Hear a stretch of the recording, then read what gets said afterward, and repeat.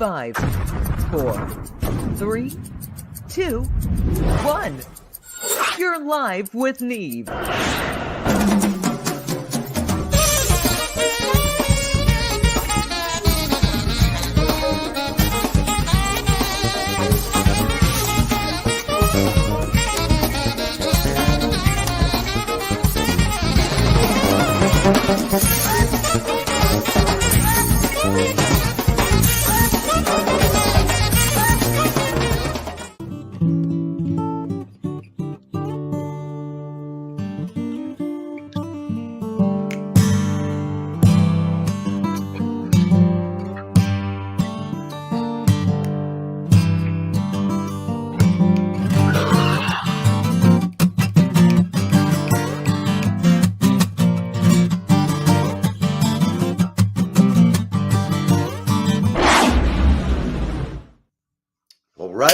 All right. Happy Friday. We are here. I'm glad you're with me. It is a little bit after 4 o'clock on the East Coast of North America. I am, you're live with Neve, and we're glad to have you here. I have a great guest on today who will be joining us shortly. She is a tremendous musician. She's a good player. She's just all around cool person. And I just am thrilled to have her on. I became aware of Bunny Barnes about 3 years ago. And ever since, I've been enjoying her music and her presentation and her work ethic. I'm pretty sure you will too. So I'm going to get rid of all this stuff that's hiding me and get on with the show. Here we go. So it is, it's a happy day. It is her husband Steven's birthday. So we're going to be celebrating that. I'm going to spare him me singing any birthday songs for him. You know, you can't see me. Oh yeah, there you go. How's everybody? I see you. So I'm going to have Bunny on, and she's going to play a bit, but we're just going to talk to her. I think you'll find her story just excellent. And good morning, Bunny. Oh, I don't hear you. Hold on. There I am. Oh, there you are. It's going to be the 2020 through 23 phrase of the year. You're muted. My God, I'm muted. That happens. I just start having bad dreams about it at night. Yeah. It's almost like editing music or having video editing dreams at night. I think you know what I mean about that. I do. It keeps you awake, and Yeah. you start getting. I almost felt like I was getting hives a couple of times in the past month, but that's okay because you know what? At the end, you got to push through, and you got to win. And sometimes it's even a bloody win. Gotta keep trying. And speaking of winners, you are certainly in that category. Let's talk about your award. Thank you. Well, my new CD is called "It Goes Like It Goes," and it's featuring Richard Smith. He's a fabulous guitarist.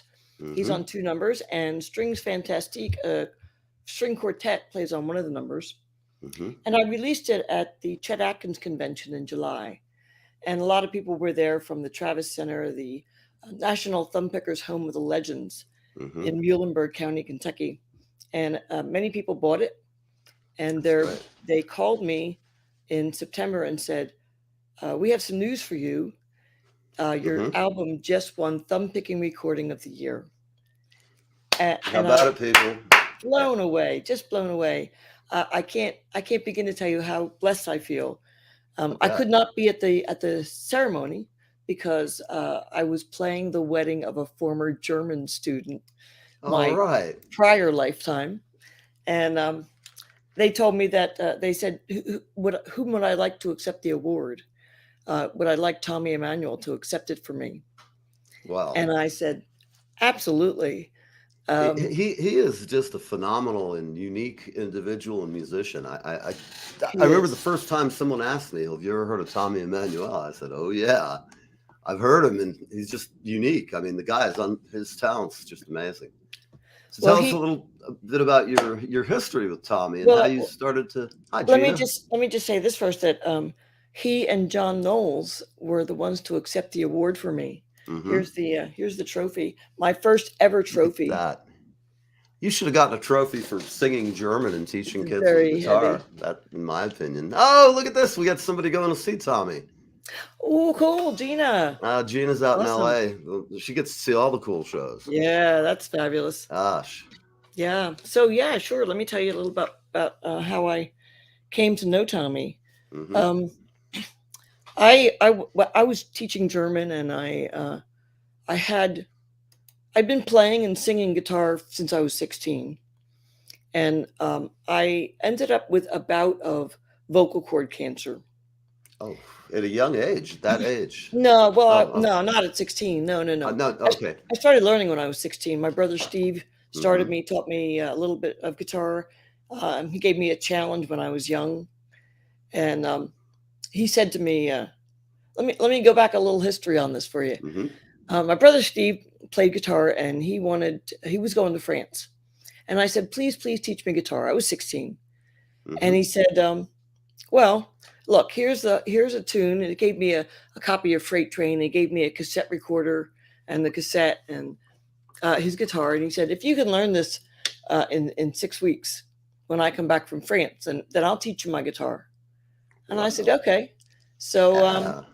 yeah, Nice. he handed me Freight Train, the hardest tune he knew, and I What are sat down brothers for, for? yeah, of course. I sat down, and when he came back, I said, "Yo, Steve, listen to this," and I played Freight Train for him. I think, And boy, was there a look of shock? Was he humbled? sure, yeah, it was, oh, darn, now I have to teach my little sister guitar. I think that's just a great But story. it worked out great because over that following year, when he was teaching me his entire course, the next Mhm. year he went off to France again. And the guy who ran the studio where he was teaching said, "Yo, Steve, you can't keep going off to France and leaving me with a roster of students." He said, "No problem. My little sister knows everything I know." And at 17, I started teaching guitar. And That's just wow. That's like talk about an accelerated course learning experience. The fact that none of this 2-year master or 3-year master's program that you're just slaving away. That's really incredible. let me play a little bit of that for you. All This right, is the everybody, first. here we This have is the the wonderful first tune. Bunny Barnes, This is Freight and Train. let's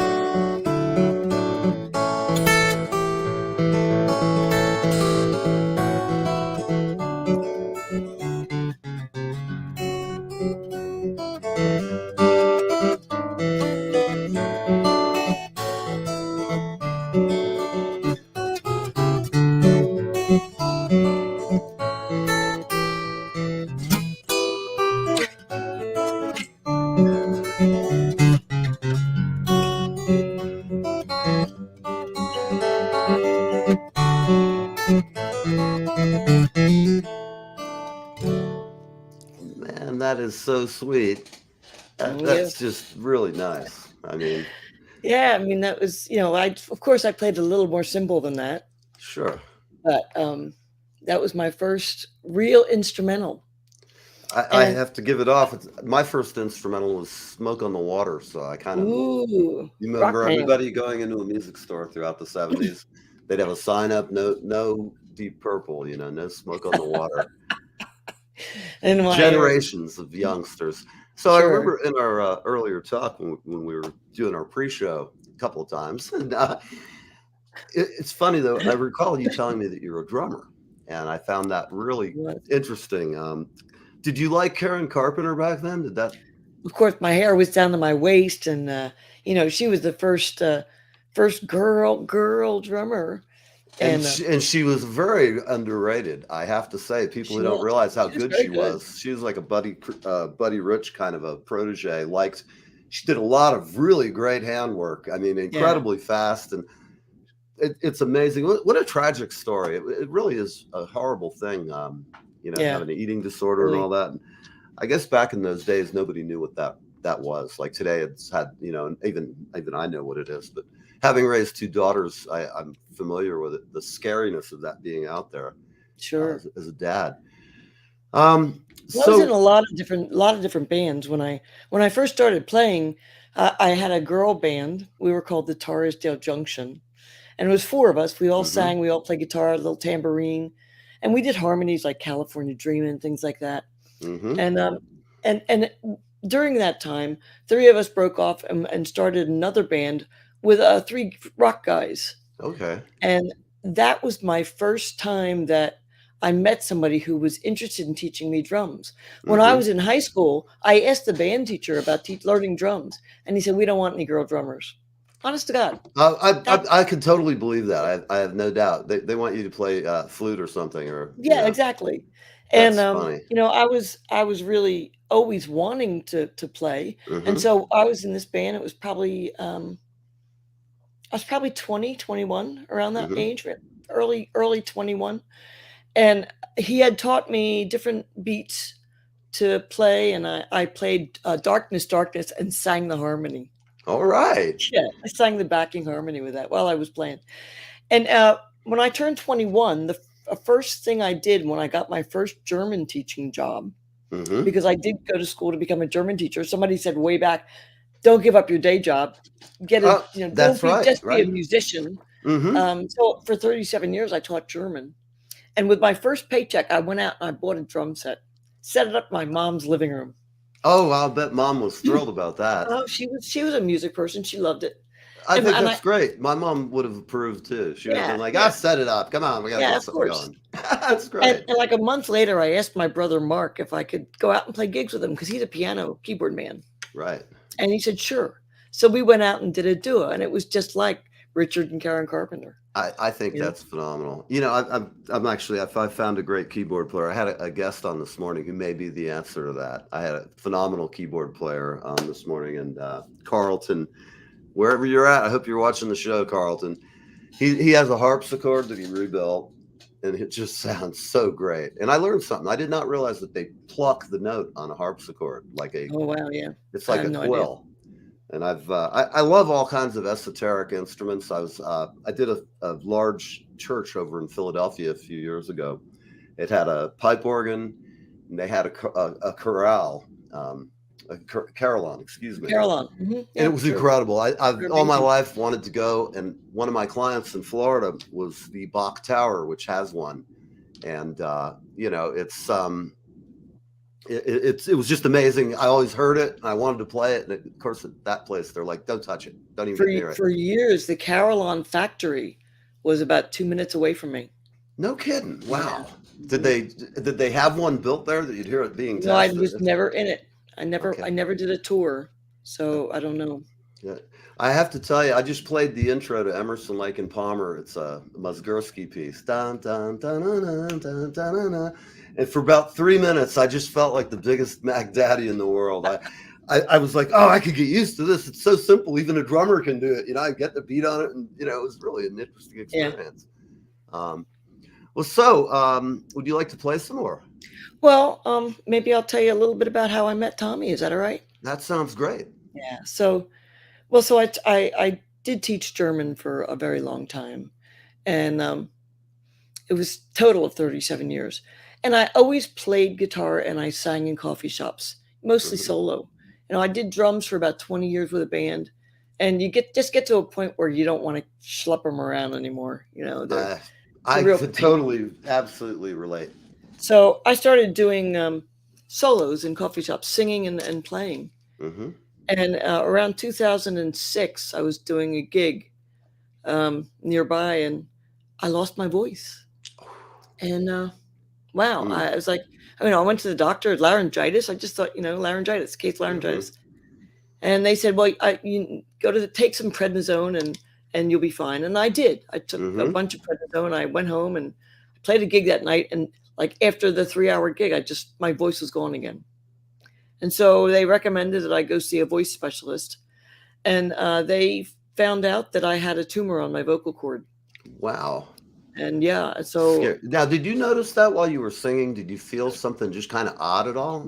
nope, I just had no voice. Hmm. Yeah, I just lost my voice.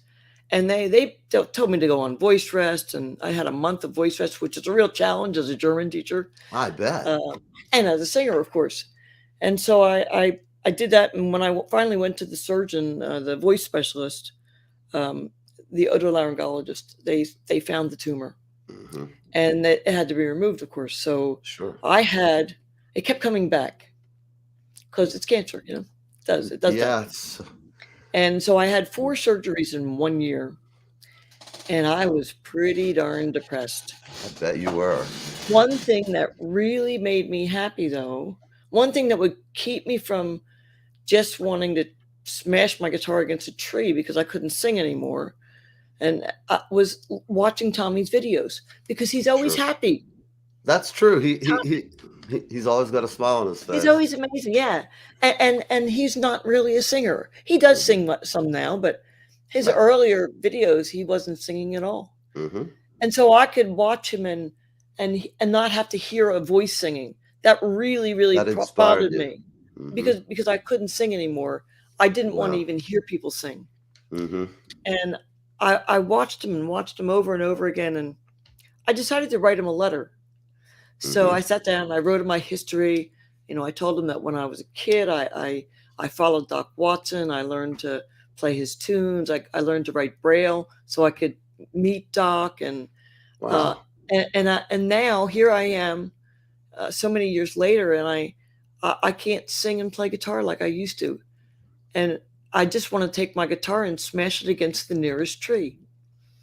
3 days after I sent that letter, Tommy called me, and he said he felt really blessed to have gotten my letter, and he Wow. hoped that I'm healing, and he wanted to hear me play when he was in town in 6 months. Nice. It was a gauntlet. It was like my brother giving me the challenge of learning freight train. Here was Right. Tommy Emmanuel, the great Tommy Emmanuel, saying, I want to hear you play in 6 months. So I started learning his Wow. tunes, and good to his word, I met him in 6 months, Hmm. played a couple tunes for him, and he was saying things like, wow, I've heard some people play that, and I haven't heard anybody play that better than you just did. And but I would, I would do this, and in this tune, I would do this a little bit way, and show me Hmm. some different positions. And it just started me on really delving into instrumental guitar and really becoming the guitarist that let my guitar be my voice. Well, you definitely do that very well, and yeah, I think just your work ethic. I've told you that before, and I for everybody out there, if you're like myself, a seasoned citizen, and you're sitting around, and you think, well, I'd like to play, but everybody's told me I'm terrible, or you've tried it and your fingers hurt. If your fingers hurt, keep doing it. The Absolutely, they'll pain go is, numb. You won't feel it. That's yep, what I used the to tell pain my will be students. good, and you'll get through it. Hey, I used to tell Brian, my what's happening, man? Sorry, got to I say hello used to Hey, Brian. He was out. Brian. He I was know out in Brian. Los Angeles with us. We had a hell of a time. The So, Brian and Brian and show was Toby's one of the here high too. Hey, points. Toby. The whole Thanks for gang's joining. here. So, I used to tell my students the same thing. Keep playing. Your fingers will go numb and you won't feel it. That's right. Just go run around the track 6 times when you're done, too. Taking drum lessons with Neil. You got to get your aerobic activity up. What? You give me a look? 7 more. Go. There you go. Yeah. I'm going to practice paradiddles here. Talk to your mom. No. So, do you do any teaching right now? I don't. I taught guitar through about 1980. Mm-hmm. I taught German through 2011. Okay. And but I got the vocal cord cancer in 2007. Mm-hmm. I had 5 surgeries in 2.5 years. And now all is well. You're in complete remission. I'm good. And life is Not good. good. Wow. Not good. Yeah. That's excellent. Yeah. We all know health is wealth, and if you Found have an it, it's amazing doctor in Cleveland Clinic, okay. Marshall Great. Strom, Marshall who Strom. actually cured me with cryosurgery. And I'm a very blessed. hats off to him. Found him. My daughter's also in the medical profession, and those folks are really special people, especially Absolutely. the good. I mean, the good ones are really great. And like Absolutely. in any trade, we always have an occasional crab. But Sure. my sense of humor, if they come in and get crabby with me when I'm hooked up to stuff, I just like terrorize them a little bit so they smile. And then once they smile, I'm like, okay, you can do more of that now. Once you smile, it's good. It always is good. But I understand too. I do my best to be a good patient for him. I was in a room with a guy once, and I heard him going on and on with his therapist and his team, so to speak. I was just like, man, you better be nice to these people. They're gonna make your day miserable, Gosh. But so Thanks, Toby. What are you up to these days? Well, I'm playing a lot of gigs, and the most important things that have happened to me were going to the Chet Atkins convention, and that's Mhm. where I released my new CD. That's Right. where I released this. Yeah. And a lot of people in Kentucky bought it, and the National Thumb Pickers Hall of Fame, I asked them when they called me to say that I had won this award. I asked them, how did that happen? And they have awards for Thumb Picker of the Year and Living Thumb Picker of the Year, Deceased Thumb Picker of the Year, Supporting Fan, Best Group, Best Supporting Musician in a Group, and Thumb Picking Recording of the Year. I said, well, how did they even get my name? He said, well, it's all write-in ballot. And wow, there were 320 board members, and that meant that more people had to write in the name of my CD. Wow. They had to take the time to write in the name of my CD for me to win this award. And that just blew my mind. That's just some divine intervention, hopefully. I'm so grateful to people like Eddie Pennington who spread my name around there, Joe Hudson, who runs the Thumb Picking Hall of Fame, Marilyn Kirtley, who's the mother of all things Travis. All those people who really believed in me and bought my CD and listened to it and thought it was that great enough to be among the names of all these fabulous thumb pickers, Richard Smith and Tommy Emmanuel, John Knowles, all these people who have won it in the past, Parker Hastings, that just amazing thumb pickers. To be in that category is such an honor for me. Yeah. Well, you've worked very hard, and I think like a lot of people who are musicians into their later life, starting when we're younger is one of those factors that can't be. I mean, I just still enjoy it like I did when I was a kid. Sit and play music with my friends. It's different with me, but this is still the same feeling. I mean, it used to be singing, but now my guitar is singing. Absolutely, and it really does. Thanks, Toby. Yeah, he does love my CD. Lawrence is great, and he's another just unique guitar player. I love the way he plays. I love when he does his shows. Even if he's not doing one today, like sometimes around this time of day when the show's over, girlfriend hasn't come home, I'll put on one of his shows and just let it play because it's such great. It's just relaxing, and he's such a he's a magic guitar player. Really. It's funny. It's funny you should say that because somebody said that about my CD the other day. I had sent actually one of my brother Steve's current guitar students. And she ordered the CD and she wrote me an email and said, I have been waiting for this CD most of my life. It's nice. The most. You put that in the liner notes. It's the most relaxing CD that I've ever had. Other people have said, I put it up on in the car. When I'm driving and there's a lot of road rage around me, it's your CD that calms me down. Keeps you level. Well, music, I have to say, I have a wide taste in music, but I tell you, even going to hear some really great classical music or something can still get me just chills. Yeah. And they say that only a certain percentage of people can experience that frisson from music, but it's like when I was a kid, I remember the first time seeing an orchestra and it blew me away. I was just sitting there and I got all goosebumpy. I didn't know what was happening. It's like, wow. Amazing. Music is such a powerful thing. It's really a universal language. When people tell me they're having a hard time, we all do sometimes. You miss a bill, your car, you get a flat, and then any number of things can just make your day go to hell in a handbasket. But I've found when I have my friends who've suffered from depression and stuff, and I'll remind them, listen, I only know what works for me. If I turn on some music that I really like and stuff that I like to sing in particular, it's impossible to sing 2 songs at full voice and really sing it, because that's the problem I have is I have to sing at full voice. I'm not one of these gifted singers who can do all kinds of great vocal slides and things. I get it done. That's the bottom line. Right. I had a singer who quit and learned to make sure we never, ever have that happen where if a singer quits, we're stuck. I can still do 100, 200 songs. And if they leave, well, see ya. Guess you could have done it. I'd pay you if you'd stick around for a few more hours, but right.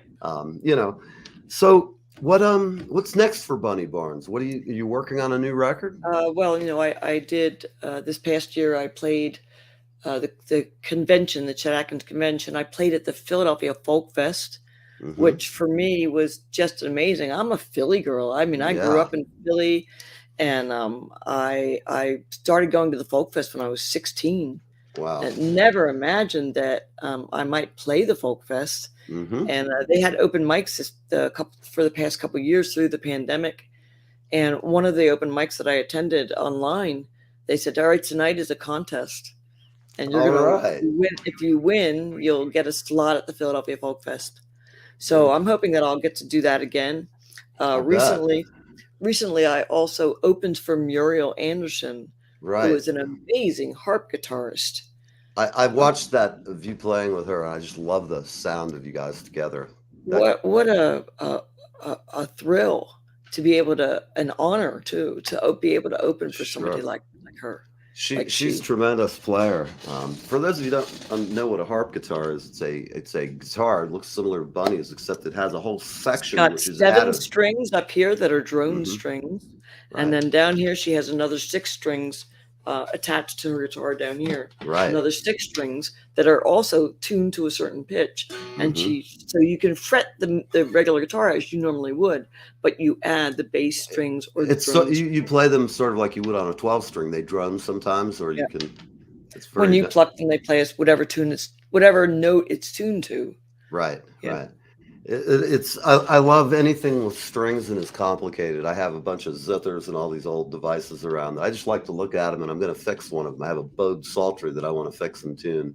I guess my 12 strings is not like annoying and irritating to tune and change the strings on. God, it's like I'm a drummer. I hate doing that stuff.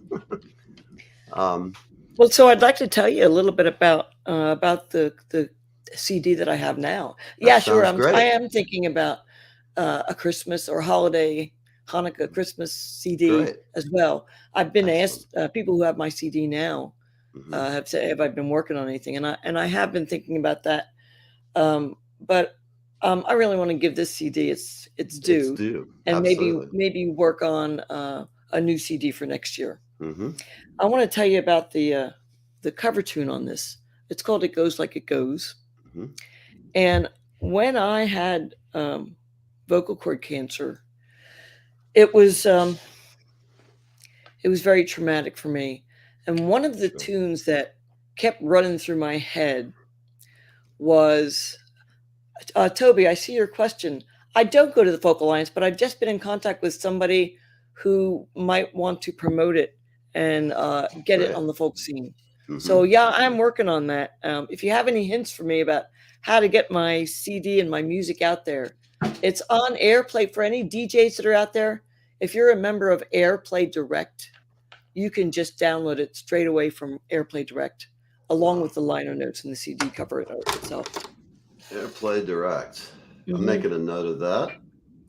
Airplay Direct, yep. It's for DJs, and you can download it right away from that. Excellent. But when I was suffering, the one song that I kept running on a loop through my head was "It Goes Like It Goes." And this was the theme song to the movie Norma Ray. If you're familiar with that, the movie Norma Ray was about union struggles and how Norma Ray was fighting for equal rights and equal pay and great working conditions, or better working conditions, And the catchphrase in the song is, "Maybe what's good gets a little bit better, and maybe what's bad gets gone." Love that. Great line. And that line, when I was really, really sick, that's the line that kept, because it didn't relate to union, but it sure could relate to cancer too. Absolutely. And it kept running through my head, and I kept thinking, when I come through this on the other side, I'm going to have to learn that tune.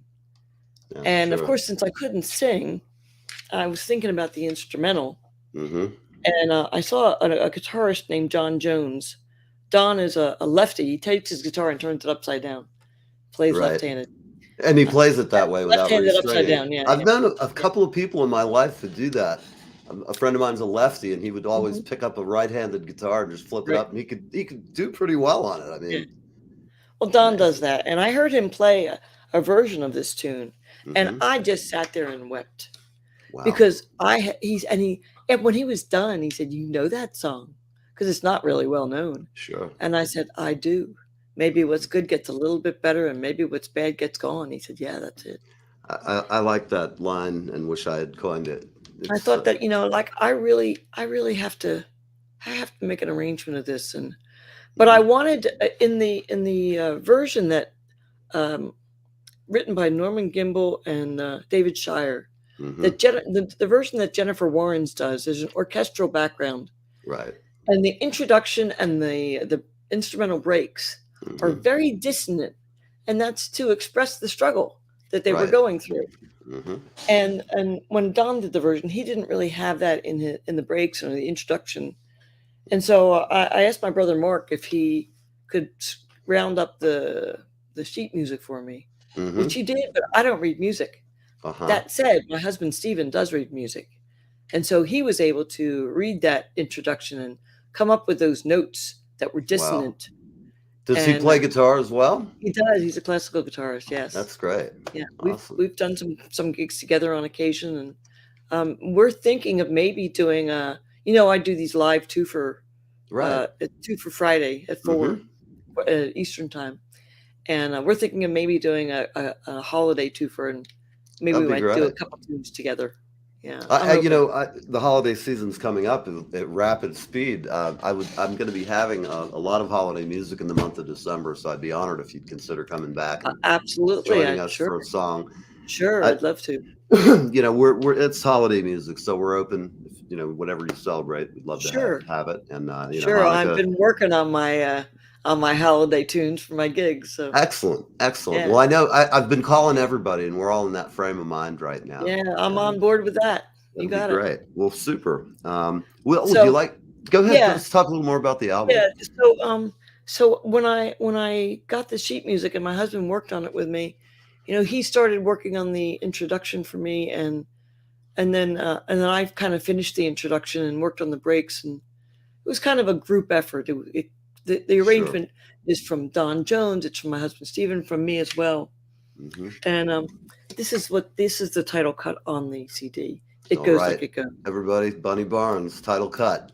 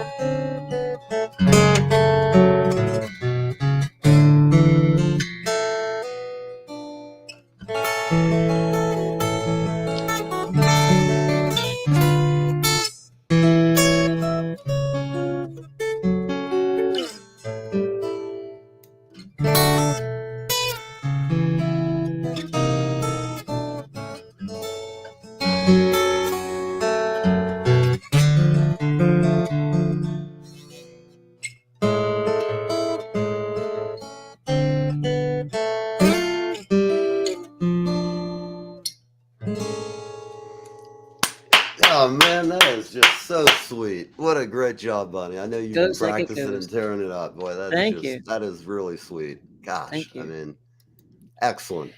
I'm sitting here just smiling away. Like sometimes I have the best job in the world. I really do. I love it. Just sitting around and hearing great talent.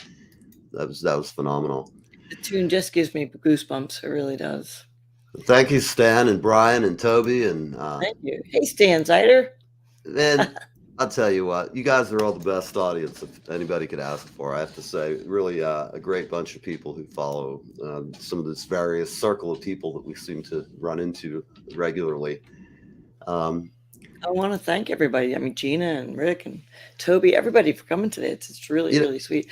We got a late start, so none of the folks from my normal live are here, and I don't know if they were able to find it or not. oh boy, well, But you know what? Put up. I'll send you a link. We have to get some traction on this. This is some yeah, great stuff. there's Jan Anderson. Hey, you found me. There we go.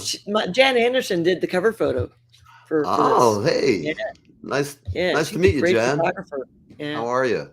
Well, fabulous. so tell me, what is your favorite cut on the record? That's kind of a hard thing to decide, I know, because you struggle with all of them. It's like It picking a is. favorite You kid. know, I don't. It's not that it really. Let me read you the cuts on it. How's that?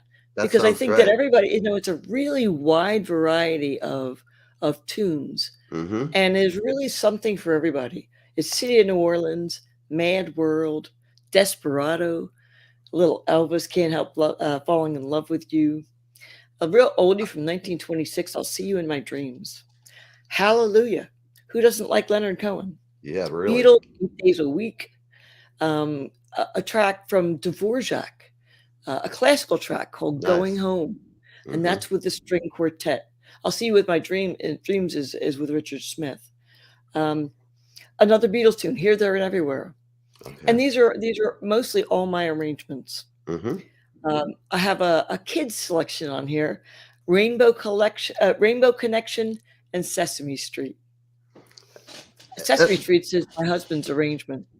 It's interesting. I just had an author on who's also a musician, and she teaches kids how to speak English or Spanish using song.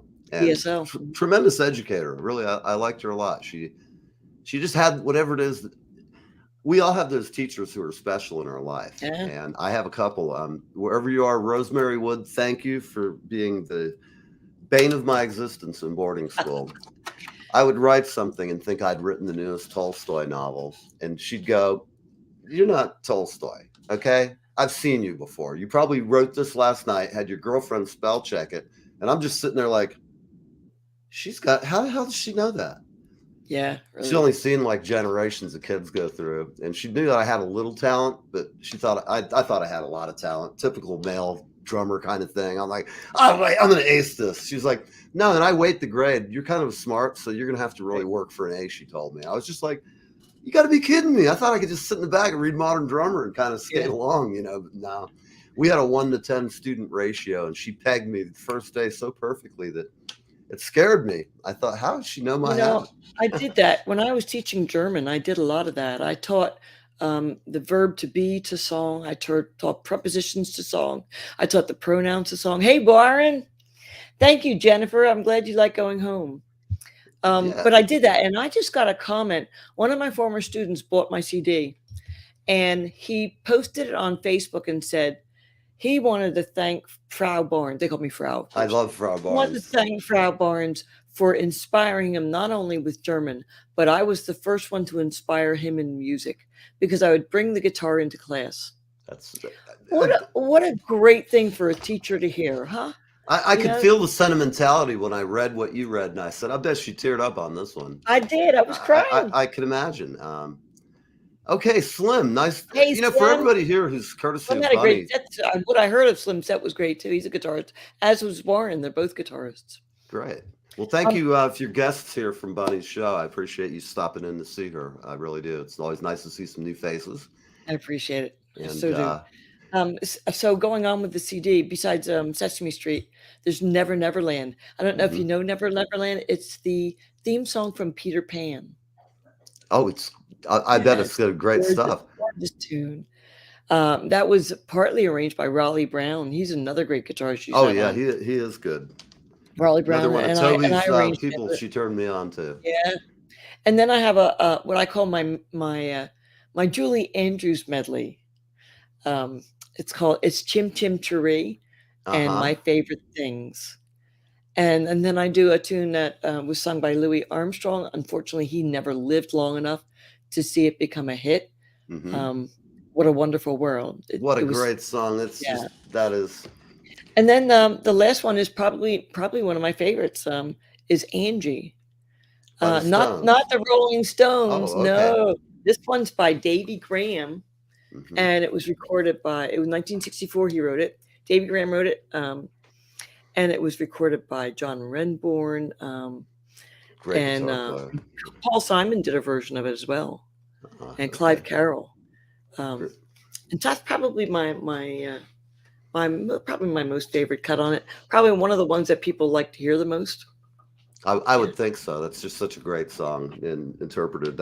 Would you consider playing Wonderful live? Have you got? Well, I could do that, or I could do Angie, or I could do them both. How's that? Let's have you do them both, because we're getting near the end of the show, and rather than me ask silly questions, you're just such a good artist. I'd rather listen to you play than me talk. I'm sure the audience would too. So here's What a Wonderful World. All right, Bunny Barnes, everybody, sing along.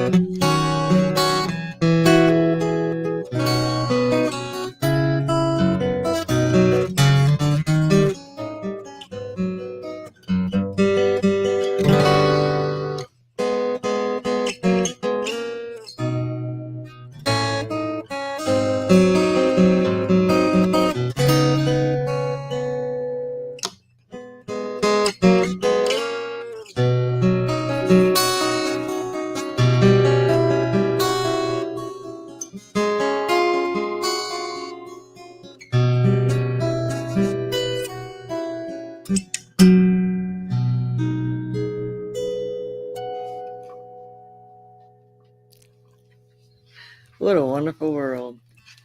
You know that what a wonderful world, and I just love it. God, I mean, let's just tell you that it's just so damn good. Thanks for all the good We comments. got people in the audience tearing up. We've got what a great song. There Thank you go, you, guys. people. I tell you, when I worked at Muzak, I used to give a talk, and it made me a fair amount of money. It was called "The Emotional Power of Music and Its Impact on Us Really? Day to Day." And I would ask people, do you remember your first kiss? And of course, everybody remembers that. I'd say, what was your favorite song that you used to listen to? And almost Right. everybody in the audience could. For me, it was Sweet Emotion by Aerosmith. I just remember my girlfriend and I listened to that record all the time. And so it was kind of one of those memory things. Whenever I hear it, I go back to those days when I was young and naive. The world awaited my talents and, wasn't the cynical old sausage that I become over 60 odd years on the planet. But that's okay. I tell you what, wow is how I would put it, Gina. That was just the best. Thank you. And it really warmed my heart. I can't wait to go upstairs and play with my girlfriend later, which is cool. She can't hear it. She's home with the affliction that I picked up out in California. Spread it around. But I'll be back in action, and she will too. So. Well, let me tell you a little bit about this first, because I know that some people out there are wanting to know. I can just feel it. This is a Maton guitar. It's an EBG 808. Beautiful. The Kangaroo was a gift from Tommy. It doesn't come with the Kangaroo. I love it. And then here's the body of it. It's just a beautiful sounding. It's Sitka spruce top with Australian blackwood for the back and sides. And just the sound and the playing ability.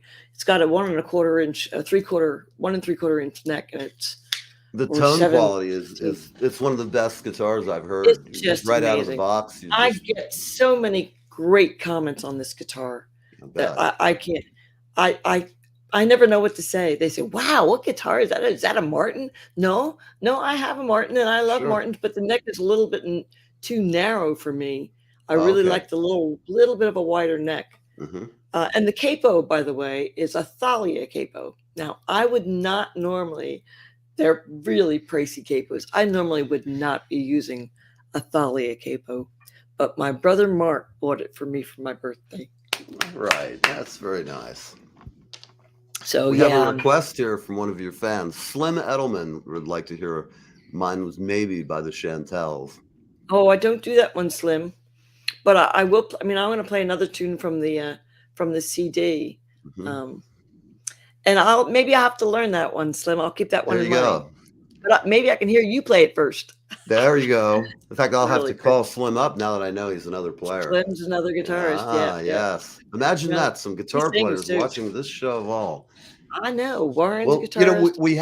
We've got about 6 minutes left, so.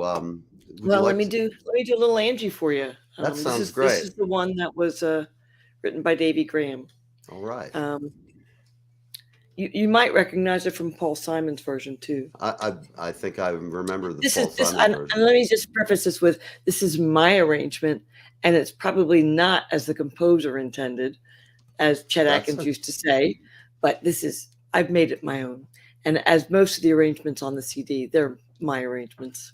Great. Thank you, Toby.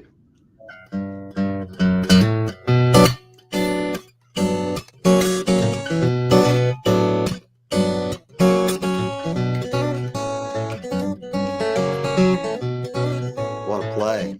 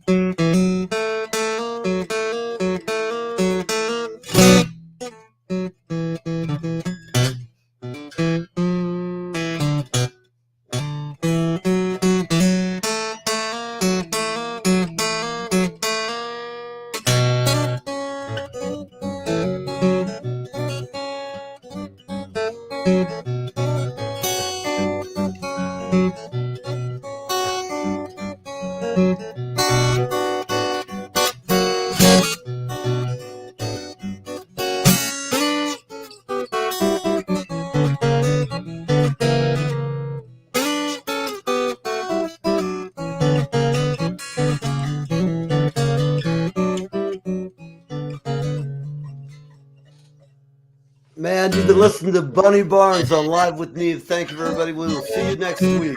Thank you, Bunny. Thank you, everybody in the audience. Oh, man, this is